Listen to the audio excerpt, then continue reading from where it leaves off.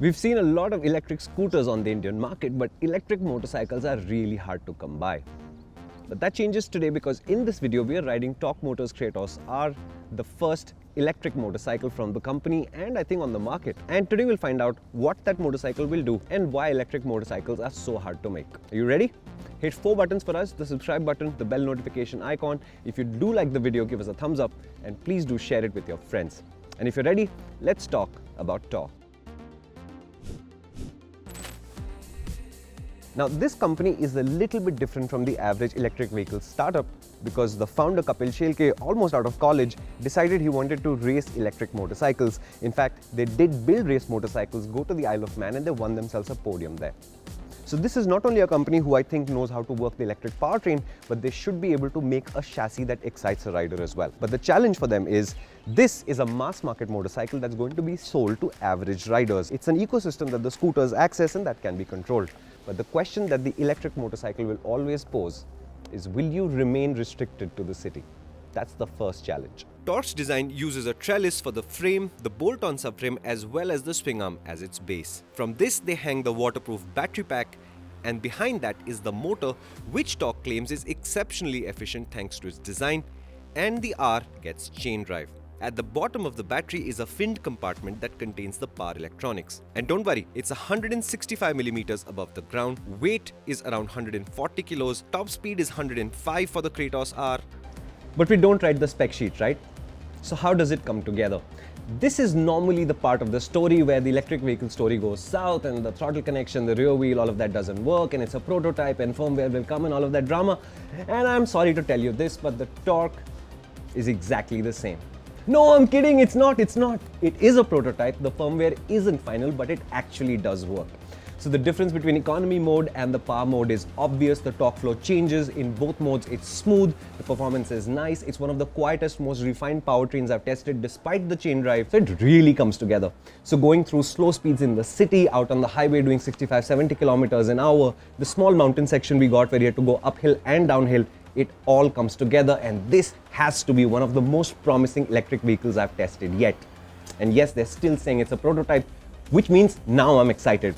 Because it isn't just the motor. The ride quality is quite comfortable, although the rear shock is definitely stiffer than the front. The brakes are quite good, but to me the highlight of the Kratos R is its handling, which is light, agile and responsive. But stick the Kratos R in economy mode and you'll find that the performance in the city is eminently acceptable. Bump it up into sport mode and there will be a jump in torque, although I did wish that there was a little bit more torque available in sport mode. We were also warned that the beta software would eventually cause a thermal shutdown as the motor overheated, but even this proved to be a surprise. It took a long hill and merciless sport mode used to bring it to that, and long before the torque flow was paired, the flashing motor temperature gauge warned us that this was coming. This is good, solid power management design. But no matter how you design it, eventually the battery must run down to zero, right?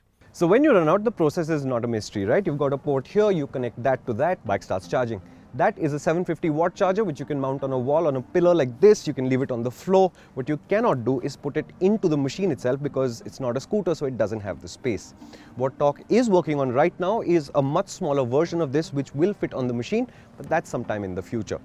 If you do have the R version of the Kratos though, you can take it to Tork's upcoming fast charger network, and that will allow you to get to 80% charge in just about an hour.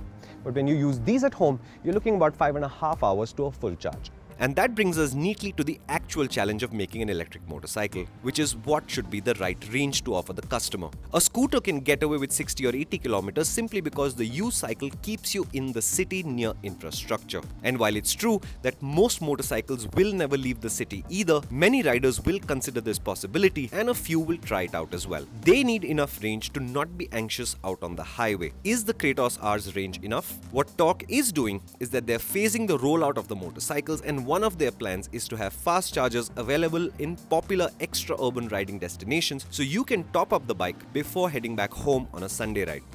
Tork expects to start rolling out these machines by the end of March or April to customers, and here are the prices.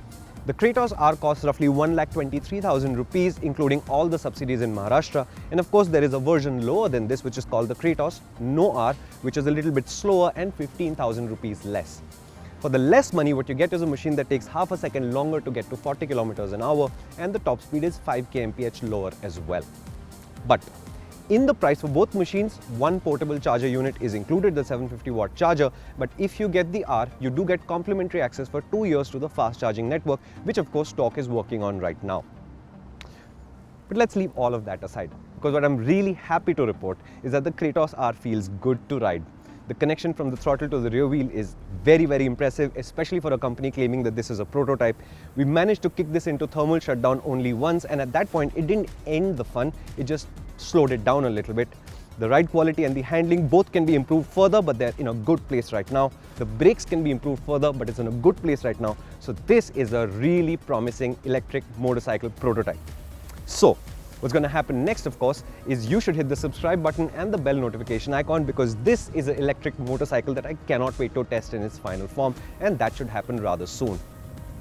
And that's all there is to it. Please tell us what you thought of the Kratos in the comments. Hit thumbs up if you liked the video, and do show this to your friends, because that is really, really, really promising.